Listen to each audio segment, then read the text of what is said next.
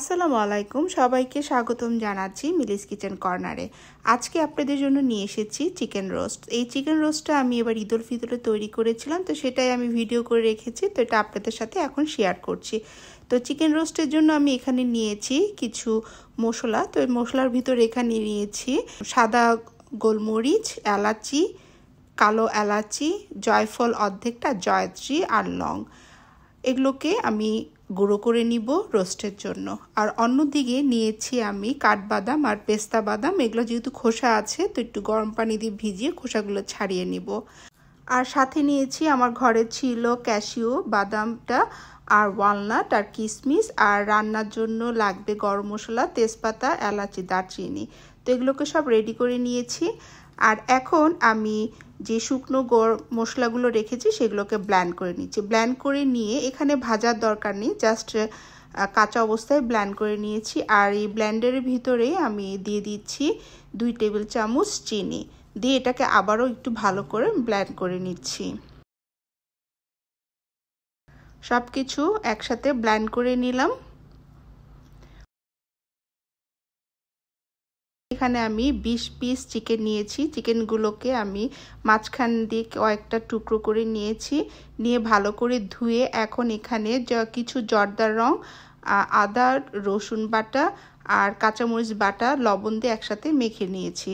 নিয়ে 1 ঘন্টা রেখে দিয়ে আমি চিকেনগুলোকে ভেজে নিয়েছি। যেহেতু চিকেনগুলোকে আমি আর ভিডিও করিনি, তো এখন আমি সরাসরি চলে যাচ্ছি চিকেন রোস্টটি তৈরি করতে। তো এখানে নিয়েছি পর্যাপ্ত পরিমাণ তেল, তেলের সাথে আমি কিছু ঘি দিয়েছি, দিয়ে এখন গরম মশলাগুলোকে কিছুক্ষণ তেলের ভিতরে ভেজে নিয়ে এখন এখানে পুরা 2 কাপের থেকেও বেশি হবে আমি পেঁয়াজ দিয়েছি, দিয়ে এগুলোকে ভালো করে ভেজে নিব।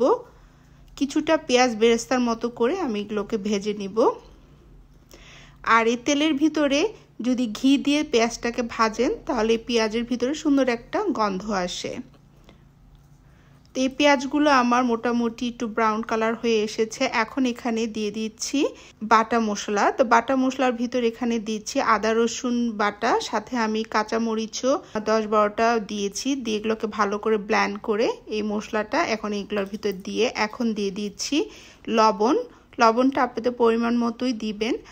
তো এখানে যে মশলাটা আমি গুঁড়ো করেছি তার অর্ধেকটা দিয়ে ভালো করে মিক্স করে নিব। আর সাথে দিয়ে দিচ্ছি 2 টেবিল চামচ কেচাপ, দিয়ে ভালো করে কষিয়ে নিচ্ছি মশলাগুলোর সাথে।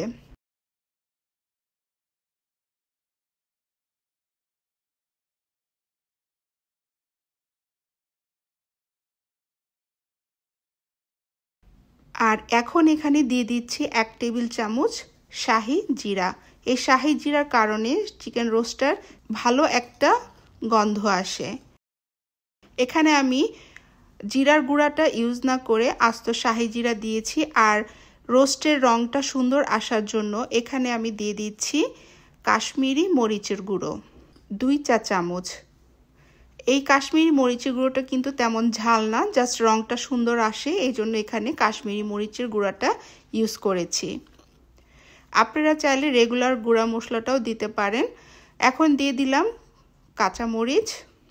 এখানে দিয়েছি 3 টেবিল চামচ টক দই। টক দইটাকে ভালো করে ফেটে নিয়ে এখন এই মশলাগুলোর ভিতরে টক দইটা দিয়ে ভালো করে মিক্স করে নিতে হবে, ফেটে নিতে হবে, না হলে টক দইটা যদি ডাইরেক্ট দেওয়া হয় তাহলে টক দইটা একটু দানা দানা বা ফেটে যায়। তো একটু হাত দিয়ে একটু ব্লেন্ড করে নিলে সেটা স্মুথ হয় চিকেন রোস্টের ভিতরে টক দইটা দিলে। আর এখন এখানে দিয়ে দিচ্ছি যে আগে থেকে ভিজিয়ে রেখেছিলাম যে কাঠবাদাম, পেস্তা বাদাম, কাজু বাদাম আর ওয়ালনাট, সেগুলোকে আমি ভালো করে ব্লেন্ড করে নিয়েছি। এই বাদামের কারণে এই চিকেনটা অনেক ক্রিমি এবং সুন্দর একটা গন্ধ আসবে।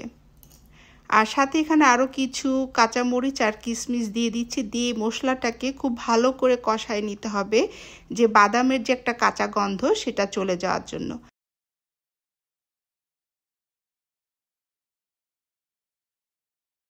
দুধের ভিতরে আমি কিছুটা পরিমাণে জাফরান দিয়ে দিচ্ছি, দিয়ে এটাকে ভিজিয়ে রেখেছিলাম।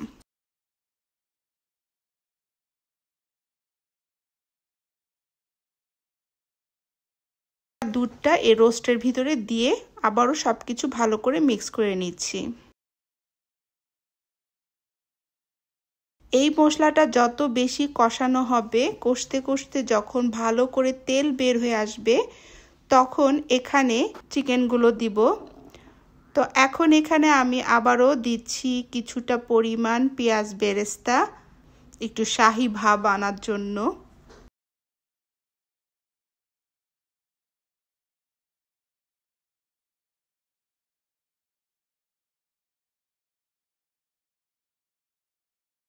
এই মশলাটা কন্টিনিউ নাড়তে হবে, কারণ এখানে যেহেতু টক দই দেওয়া আছে, দুধ আছে, বাদাম আছে, এটা নিচে লেগে যাবে। এজন্য এটাকে কন্টিনিউ নেড়ে নেড়ে ভেজে নিতে হবে। ভাজতে ভাজতে যখন তেলটা উপরে উঠে আসবে তখন এই যে আগের থেকে আমি চিকেনগুলোকে রেডি করে ভেজে রেখেছিলাম, সেই চিকেনগুলো এখন আমি সব মশলার ভিতরে দিয়ে দিব এক এক করে।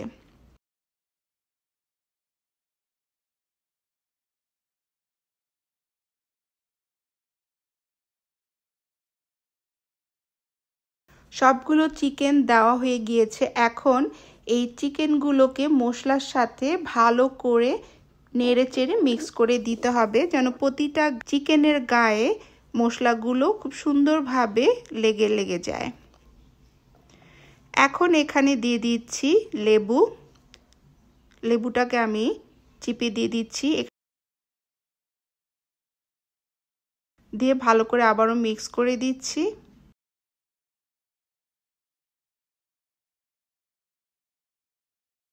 দিয়ে দিলাম বেশ কিছু কয়েকটা কাঁচামরিচ।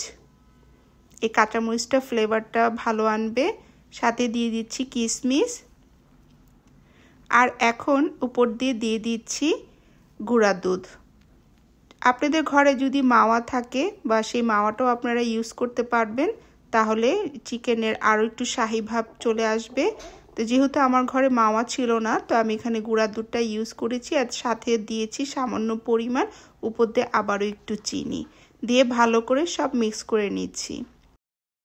এখন এখানে দিয়ে দিচ্ছি একটু ঝোল হওয়ার জন্য আবারও দুধ। চিকেনটা কিন্তু কন্টিনিউ নাড়তে হবে, আর জালটা কিন্তু মিডিয়াম টু লো আঁচে থাকবে।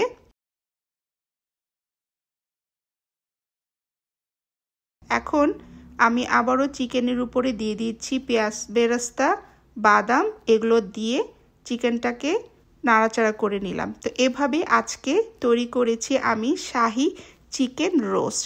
এই চিকেন রোস্টের রেসিপিটি যদি আপনাদের ভালো লেগে থাকে তাহলে প্লিজ লাইক, কমেন্ট, শেয়ার করতে ভুলবেন না। এখানেই শেষ করছি। আল্লাহ হাফেজ।